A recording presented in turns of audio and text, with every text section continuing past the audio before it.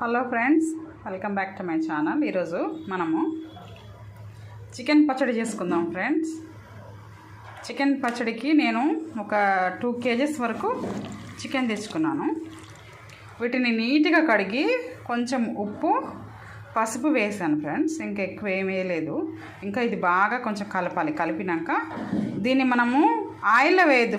ఫస్టే దీంట్లో వాటర్ వస్తుంది. ఆ వాటర్ అంతా ఇంకిపోయే వరకు మనం దీన్ని ఫ్రై చేసుకుందాం ఫ్రెండ్స్. చికెన్ పచ్చడి చాలా టేస్ట్ ఉంటుంది. ఒకసారి చూద్దాం ఎలా చేయాలో. చూడండి ఫ్రెండ్స్, దీంట్లో ఇప్పుడు వాటర్ అంతా ఎగిరిపోయింది.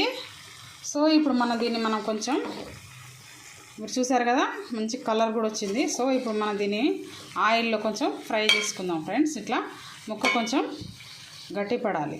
ఇట్లా గట్టిపడాలి, కొంచెం బ్రౌన్ కలర్లోకి రావాలి. లైట్ బ్రౌన్ వచ్చినా చాలా, ఎందుకంటే మనం డీప్ ఫ్రై చేస్తాం కదా.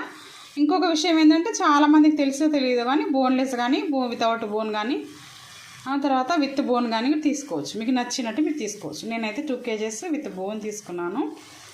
మా పిల్లలు ఎక్కువ రోజులు ఉంచరు, తినేస్తారు. సో ఇవి నాకు 2 kgs తోటి నేను ట్రై చేస్తున్నాను ఫ్రెండ్స్. చూడండి, మీకు నచ్చితే ఒక లైక్ చేయండి.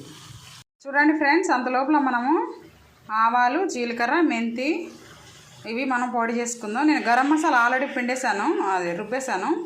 చెక్క, లవంగాలు, యాలకులు ఎక్కువ వేయలేదు. యాలకులు 1-2 వేసాను. చెక్కలు కొంచెం వేసుకున్నాను, 1 స్పూను. పొడి పౌడర్ చేసేసాను ఫ్రెండ్స్. సో ఇప్పుడు వీటిని మనము 2 స్పూన్స్గా వేసాను. నేను కేజీకి 1 స్పూన్ లెక్కన 2 స్పూన్స్ వేసి పౌడర్ దీన్ని మంచిగా దూరగా కాల్చి పొడి చేసుకుందాం. చూడండి ఫ్రెండ్స్, చాలా ముక్క మొత్తం ఇట్లా బ్రౌన్ కలర్లోకి ఫ్రై కావాలి. నేను 2 కిలోలు తెస్తే మస్తు ఫ్రై అయ్యి ఇంకా దగ్గరకు అయింది. చూడండి, ఇవి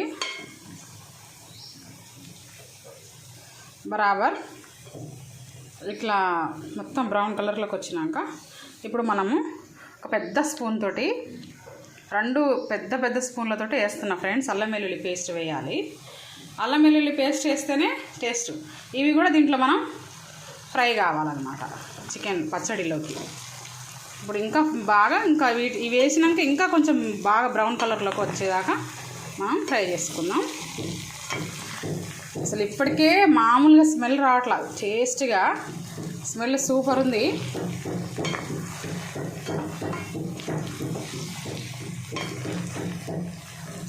సూపర్ టేస్ట్ ఉంటుంది. ఒకసారి ట్రై చేయండి. మీరు 1/2 kg కూడా పెట్టుకోవచ్చు, కేజీ కూడా పెట్టుకోవచ్చు. పిల్లలకి ఎంత ఇష్టం ఉంటుంది ఫ్రెండ్స్.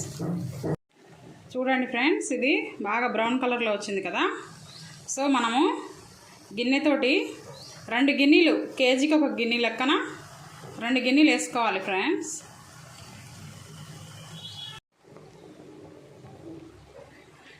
రెండు గిన్నెల కారం పడుతుంది. గిన్నె సైజ్ చూడండి ఫ్రెండ్స్, చిన్న బోవెలు.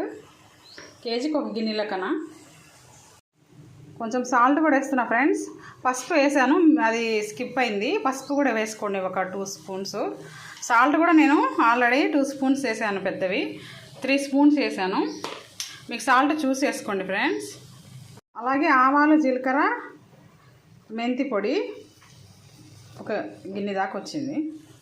కొంచెం గరం మసాలా ఫ్రెండ్స్. ఇది చెక్క, లవంగా, యాలకులు, బండ పువ్వు వేసిన, స్టార్ పువ్వు అంటారు కదా అది. తర్వాత ఇదేమో ధనియాల పొడి ఒక 3 స్పూన్స్ వస్తాయి ఫ్రెండ్స్. ఇవి